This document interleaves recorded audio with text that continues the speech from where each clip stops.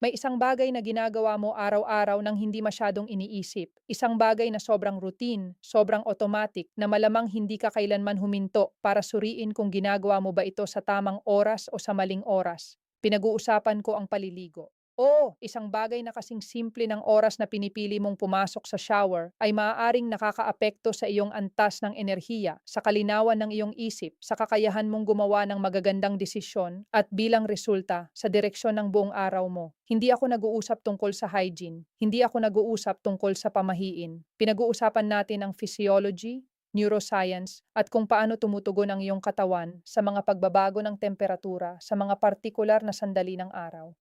Karamihan sa mga tao ay pumipili kung kailan maliligo batay sa convenience o ugali, hindi batay sa strategy. Naliligo sila kapag may oras, kapag naaalala nila o kapag nakakaramdam sila na kailangan nilang gawin. Pero ang ipinapakita ng agham ng katawan ng tao ay may mga partikular na sandali kung saan ang paliligo ay maaaring makagambala sa mga critical na internal process, mag-drain ng available na enerhiya at mag-iwan sa iyo ng mental state na hindi favorable sa iyong productivity o well-being. Ngayon, ipapakita ko sa iyo ang 6 na partikular na sandali kung saan ang paliligo ay maaaring gumagana laban sa iyo nang hindi mo alam. Ako si Inner Mind Espanyol at ang content na ito ay maaaring magpaisip sa iyo tungkol sa isang ugaling ginagawa mo sa buong buhay mo nang walang tanong. Manatili ka hanggang dulo dahil ang moment number 4 ang pinakamadalas na nagagawang mali ng mga tao araw-araw at hindi man lang nila pinaghihinalaan. Bago tayo magpatuloy, kailangan kong maging ganap na malinaw sa iyo. Ang content na ito ay pang-edukasyon at nakabatay sa mga prinsipyo ng human physiology, behavioral neuroscience, at performance psychology. Hindi ako doktor o certified health professional. Ang video na ito ay hindi pumapalit sa profesional na medikal na payo. Kung mayroon kang anumang partikular na kondisyon sa kalusugan, palaging kumonsulta sa iyong doktor bago baguhin ang iyong mga gawi. Ang mga epektong ilalarawan ko ay mga pangkalahatang trend na dokumentado sa mga pananaliksik tungkol sa katawan ng tao at maaaring mag-iba depende sa bawat tao, sa kanilang estado ng kalusugan at sa kanilang mga individual na kalagayan. Kapag sinasabi kong ang mga sandaling ito ay nagiiwan sa iyo ng walang enerhiya at may malas, hindi ako tumutukoy sa mystical na enerhiya o supernatural na puwersa. Tumutukoy ako sa isang bagay na ganap na nasusukat at naobserbahan. Tumutukoy ako sa kung paano tumutugon ang iyong nervous system, circulatory system, at hormonal balance kapag nag-introduce ka ng malaking pagbabago ng temperatura sa mga sandaling ang iyong katawan ay abala sa paggawa ng ibang mahahalagang bagay. Ang iyong katawan ay may limitadong resources ng enerhiya sa bawat sandali. Kapag pinipilit mo itong harapin ang thermoregulation sa hindi tamang oras, kinukuha mo ang mga resources na ginagamit para sa digestion, pag-iisip, pagbawi, o paglikha. At kapag ang iyong katawan ay may mas kaunting available na resources, mas masama ang iyong mga desisyon, bumababa ang mood mo, at nagiging komplikado ang araw mo sa mga paraan na mukhang malas pero sa totoo lang ay resulta ng hindi tamang timing. Hayaan mong ikwento ko sa iyo ang kwento ni Ramiro. Si Ramiro ay 39 na taong gulang at nakatira sa Monterrey, Mexico. Nagtatrabaho siya bilang operations manager sa isang logistics company. Isa siyang disiplinadong tao, maaga siyang gumigising, nag-eehersisyo, at itinuturing niya ang sarili bilang produktibong tao. Pero may isang problema si Ramiro na hindi niya malutas. Sa kabila ng lahat ng tila tama niyang ginagawa, may mga araw na nakakaramdam siya ng hindi maipaliwanag na bigat. Mga araw na hindi dumarating ang konsentrasyon. Mga araw na mas mahirap kaysa karaniwan ang pagdedesisyon. Mga araw na parang lahat ay bahagyang mali ng walang malinaw na dahilan. Ini-attribute niya ito sa stress, sa workload, o simpleng malas. Isang araw, sa routine medical check-up, tinanong siya ng kanyang doktora ng serye ng mga tanong tungkol sa kanyang pang-araw-araw na gawi. Tinanong siya kung anong oras siya kumakain, natutulog, at naliligo. Sinabi ni Ramiro na naliligo siya ng mainit na tubig kaagad pagkatapos mag-lunch dahil iyon lang ang oras na may mahabang break siya sa opisina. Ipinaliwanag ng kanyang doktora ang isang bagay na hindi kailanman isinaalang-alang ni Ramiro. Sinabi niya na ang paliligo kaagad pagkatapos kumain ay pinipilit ang katawan na hatiin ang enerhiya nito sa pagitan ng dalawang demanding na proseso, ang digestion at thermoregulation, at maaari itong magdulot ng pagkapagod, labis na pag-aantok at pagbaba ng cognitive capacity sa mga susunod na oras. Binago ni Ramiro ang kanyang schedule ng paliligo bilang eksperimento. Inilipat niya ang kanyang ligo sa umaga bago magtrabaho at hinayaan niyang madigest ng katawan niya ang pagkain ng mapayapa pagkatapos ng lunch. Sa mga sumunod na 2 linggo, napansin ni Ramiro ang isang bagay na mukhang hindi ka panipaniwala sa kanya. Ang mga hapon na dati ay mabigat at mahirap ay naging kanyang pinakaproduktibong oras, walang ibang nagbago. Parehong trabaho, parehong pagkain, parehong antas ng stress. Ang nabago lang ay kung kailan siya naliligo.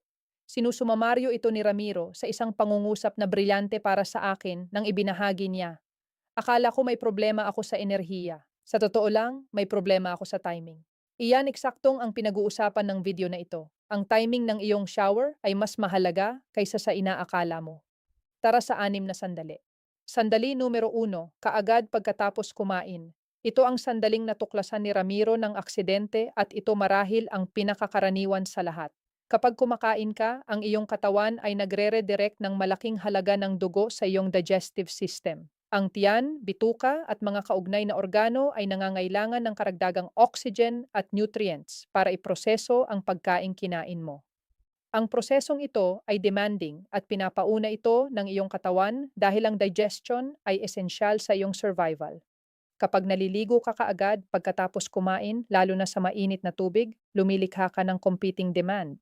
Ang mainit na tubig ay nagpapalawak ng mga blood vessel ng balat at mga extremities, nagre-redirect ng dugo sa ibabaw ng katawan para i-regulate ang temperatura. Ngayon, ang iyong katawan ay kailangang pumili kung saan ipapadala ang dugo, sa digestive system o sa balat.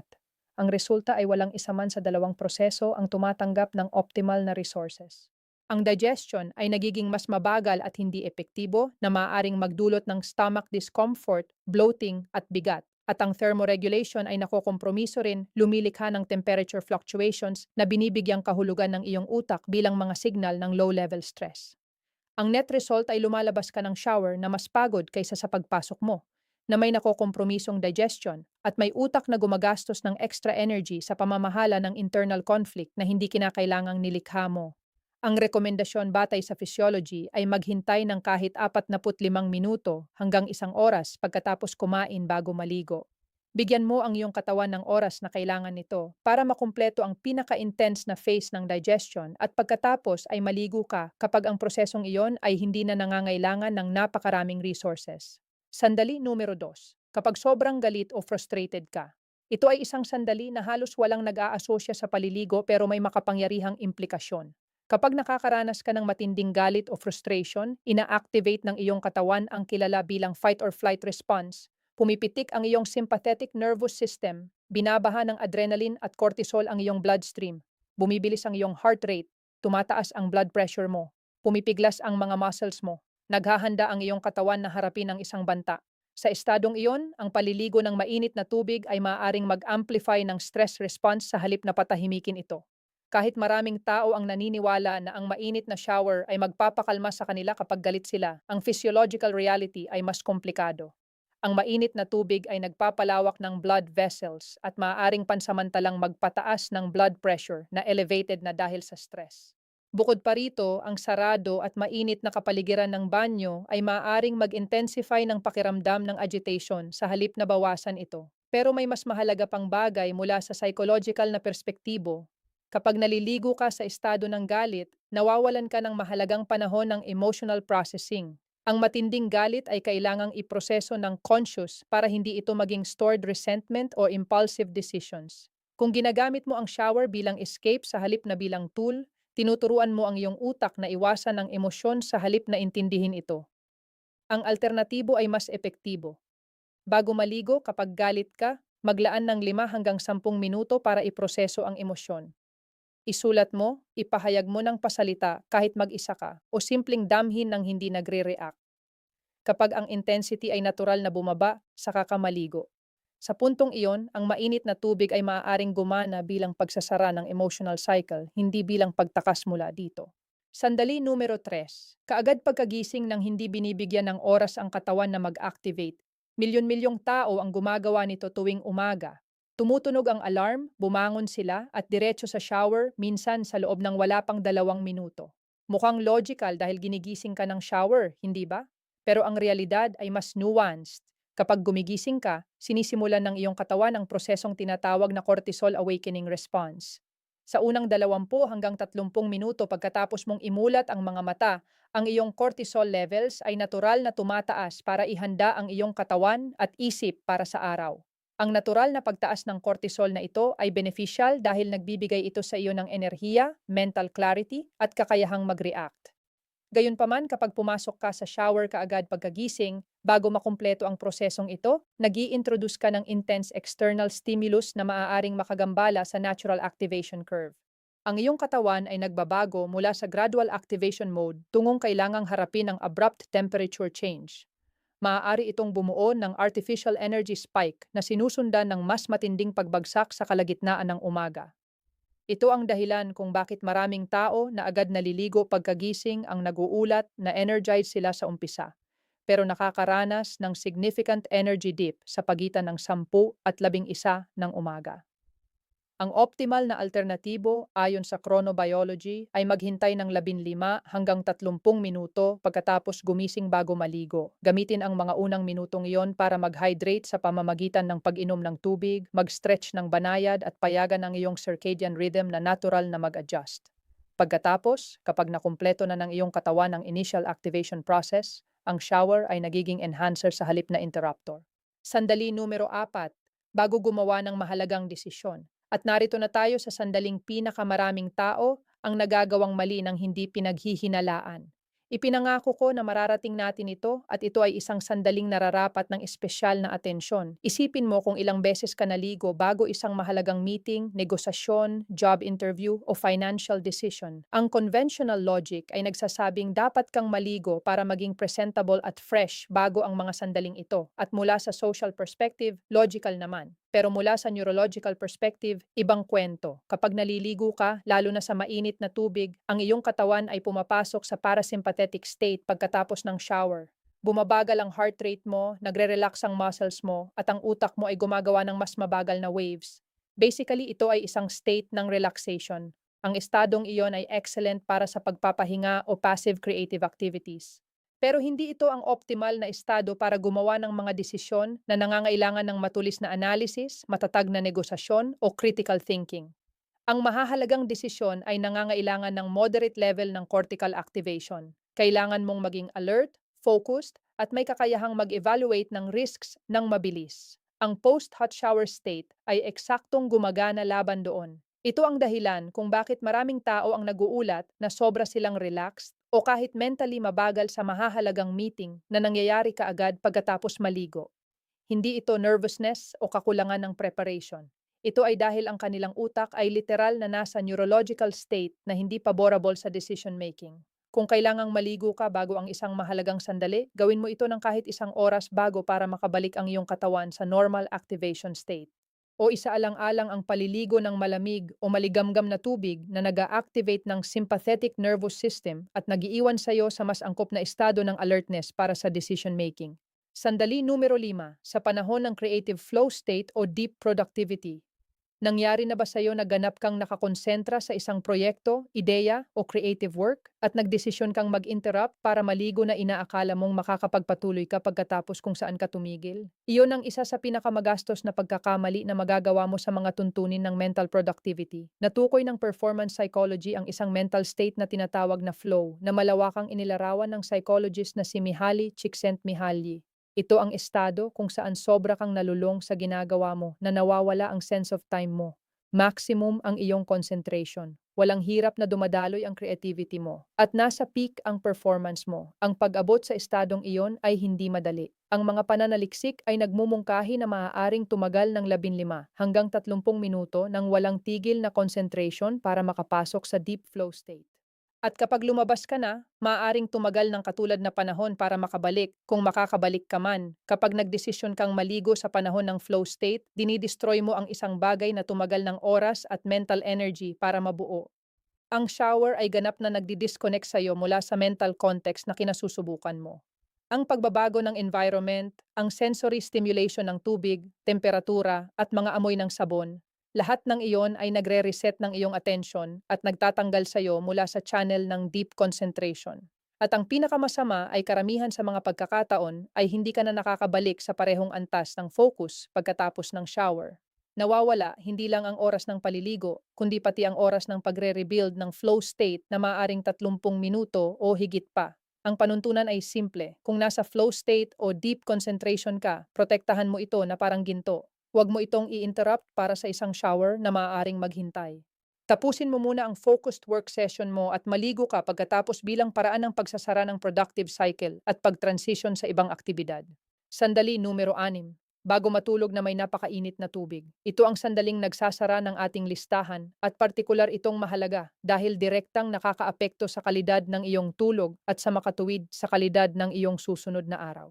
Maraming tao ang may ugali ng paliligo ng mainit na tubig bago matulog. Ginagawa nila ito dahil nakaka-relax at naniniwala silang nakakatulong itong matulog ng mas mabuti. At sa ilang antas tama sila, pero ang detalye ay nasa timing at temperatura. Para simulan ng iyong katawan ang proseso ng pagtulog, ang iyong core body temperature ay kailangang bumaba. Ang pagbaba ng temperatura na ito ay isa sa pinakamahahalagang signal na ginagamit ng iyong biological clock para i-activate ang production ng melatonin, ang sleep hormone. Kapag naliligo ka ng napakainit na tubig bago matulog, itinataas mo ang iyong core body temperature sa eksaktong sandaling dapat itong bumababa.